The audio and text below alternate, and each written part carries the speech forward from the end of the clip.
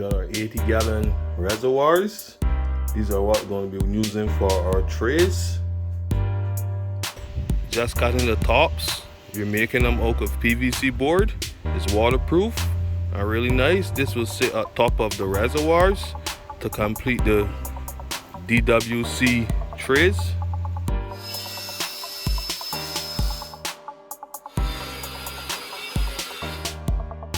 So we have our tops finished for our Rdwc tables.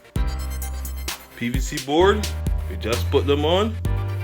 Now we have to mark out our spots to put our 5x5 inch holes for the net pots.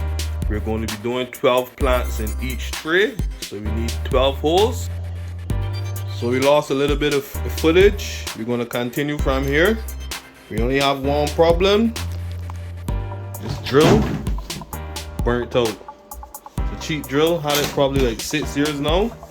So you gotta get another drill, get these other holes finished on this side.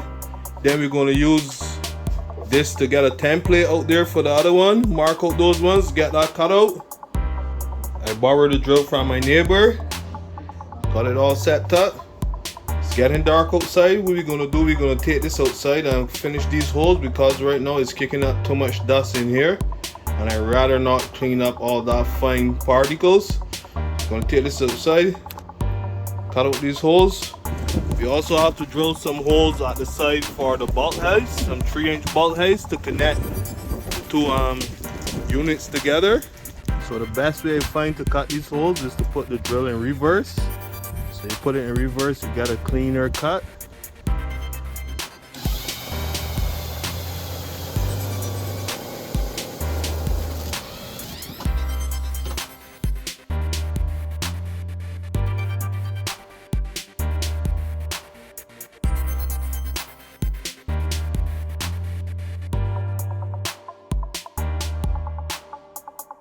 So I have these 12 holes finished. What I'm going to do, I'm going to go get the other one, trace out those holes, drill those out.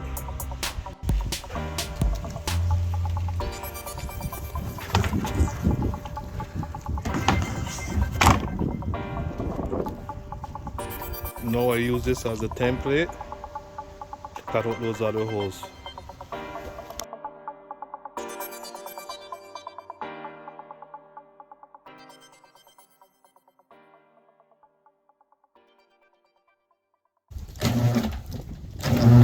You gotta be careful with this drill. You gotta have a good hold on this because this could easily break your hand.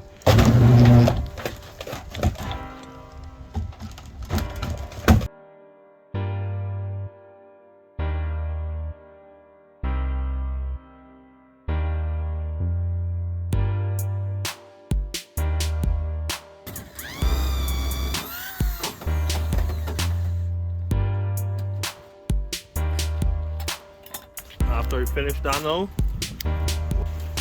I'm gonna come in with this blade, clean up all the rough ends, make sure it's smooth and nice. So I basically have the bulkheads layout. I gotta mark them to where I want them. Then I'm gonna drill the holes, cut the pipe, get all the plumbing done.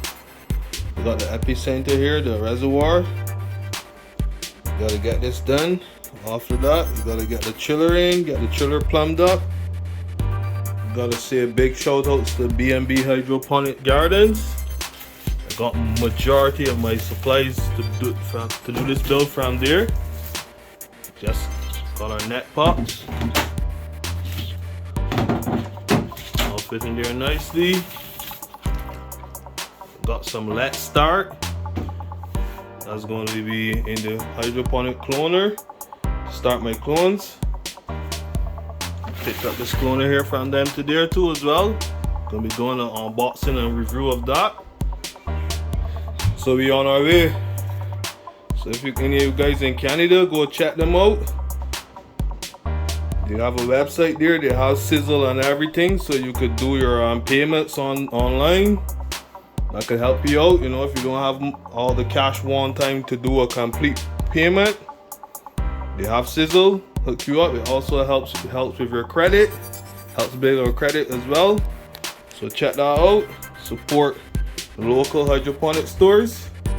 Got a lot of stuff from there, and if you guys don't realize, a lot of times I know some guys who shop on Amazon or whatever, but if you check your hydroponic stores, most of the time you could get your supplies cheaper than Amazon and a lot of these big box hydroponic online stores. So don't forget that, guys. Support who support you. Like, share, and subscribe, and you know what to do. DIY, grow it yourself.